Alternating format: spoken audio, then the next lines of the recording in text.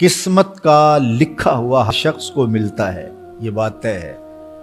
مجھے اور آپ کو وہی مل رہا ہے جو ہماری قسمت میں لکھا ہے، اس سے ایک حبہ بھی، ایک دانہ بھی کم نہیں ملے گا اور ایک زیادہ نہیں ملے گا۔ صحیح حدیث ہے، بخاری کی دیگر کتب حدیث میں موجود ہے، جب بچہ شکم مادر میں 120 دن کا ہوتا ہے تو 4 ماہ کا جب بچہ شکم مادر میں ہوتا ہے تو اس کی روح پھونکی جاتی ہے، تو فرشتہ آ کے اس کی عمر بھی لکھ جاتا ہے، اس کا شقی و سعید ہونا بھی لکھ جاتا ہے اور اس کا رزق بھی لکھ جاتا ہے۔ تو رزق جو لکھا گیا وہ ہمیں ملے گا، اور جب جب ملنا ہے تب تب ملے گا۔ جو لکھا گیا ہے وہ بہر صورت ہمیں حاصل ہوگا۔ اب وہ جو ہماری قسمت کا رزق ہے اس کے حصول کا ذریعہ کیا ہے؟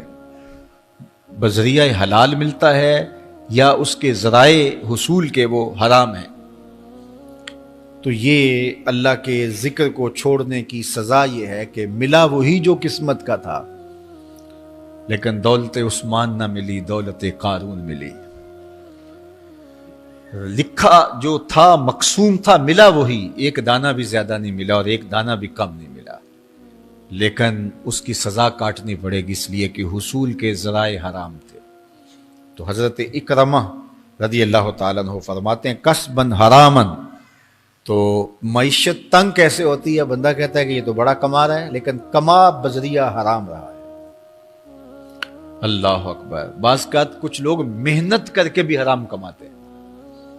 ہم نے دیکھا کہ اس گرمی میں جو لوگ مزدوری کرتے ہیں اور بالخصوص لوہے کی بھٹی پہ جو کام کرنے والے ہیں، کتنا سخت کام ہے، لیکن وہاں بھی جو ہے وہ چاہے 15-20 منٹ جو ہے وہ خیانت کر کے اپنے اس رزق کو حرام بنا لیں اور ناجائز کر لیں، اتنی مشقت کے باوجود بھی کیتی کتری پئی کھو محمد پھر سکہ بنیا زردہ۔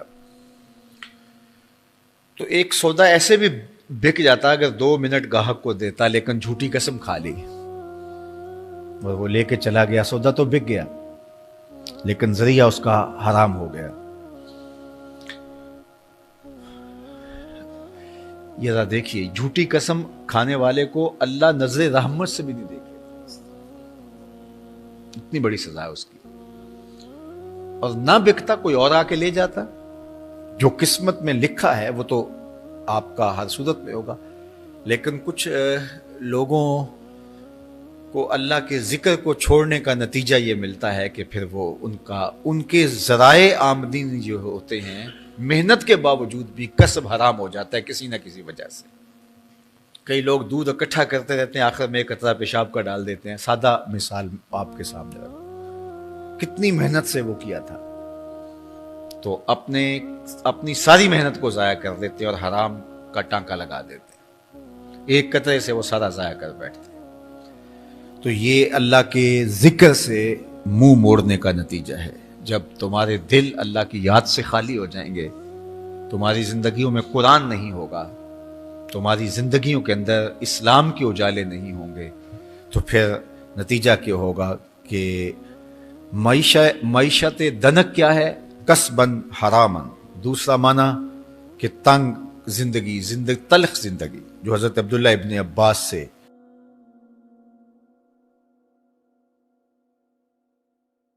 یہ امت خلیفہ بلا فصل، خلیفہ اول، امیر المومنین حضرت سیدنا ابو بکر صدیق رضی اللہ تعالیٰ عنہ کی مرہون منت ہے، ان کی احسان مند ہے۔ اقبال نے کہا تھا امن الناس بر مولائے ما، کلیم اول سینائے ما، ہستی او کشت ملت را چوں ابر، ثانی اسنین و غار و بدر و قبر۔ کہتے ہیں کہ وہ شخص جس نے ہمارے آقا و مولا پہ سب سے زیادہ احسانات کیے، اور میرے آقا کریم نے ارشاد فرمایا میرے اوپر جس نے بھی کوئی نیکی کی میں اس کا بدلہ چکا دیا دنیا پر ہی، لیکن ایک ابو بکر ایسے ہیں جن کی نیکیوں کا بدلہ قیامت کے دن رب ہی چکائے گا۔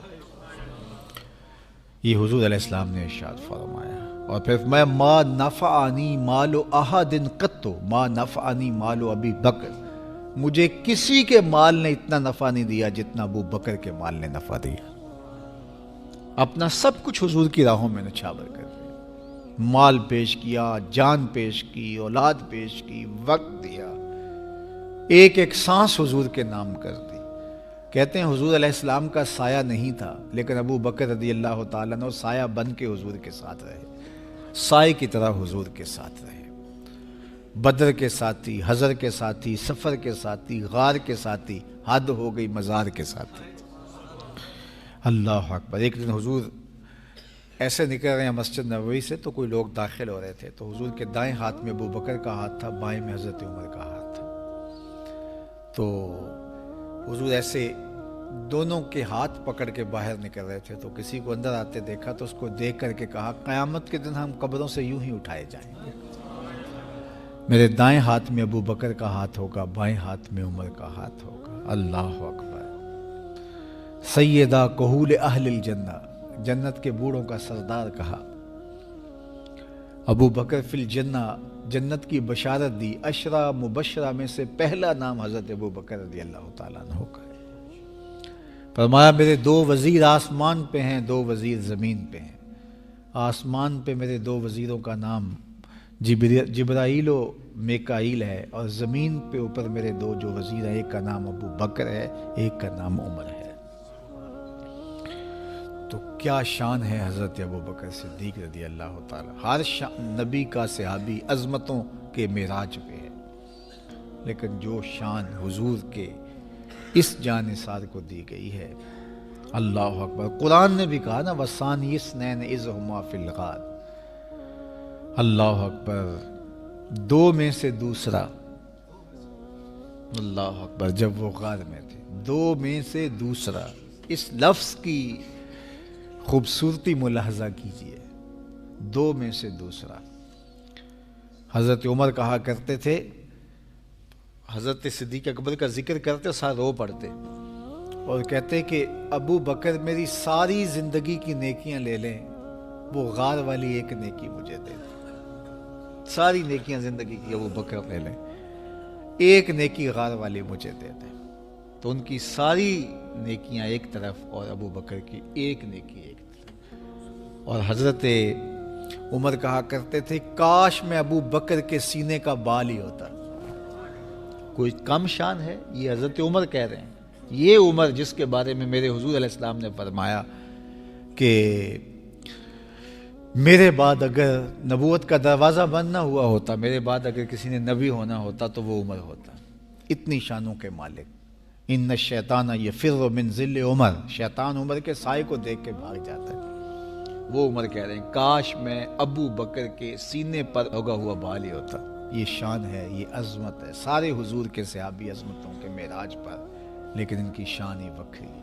کسی پنجاب شاعر نے کہا کہ سارے یار نبی دے سونے، نہیں کوئی اینا یاراں ورگا، نہ کوئی ہویا نہ کوئی ہوسی، اینا جان نثاراں ورگا، نہ اس دھرتی پیدا کیتا، اینا یاراں ورگا، اعظم شان صدیق کی دساں اکو یار ہزاراں ورگا.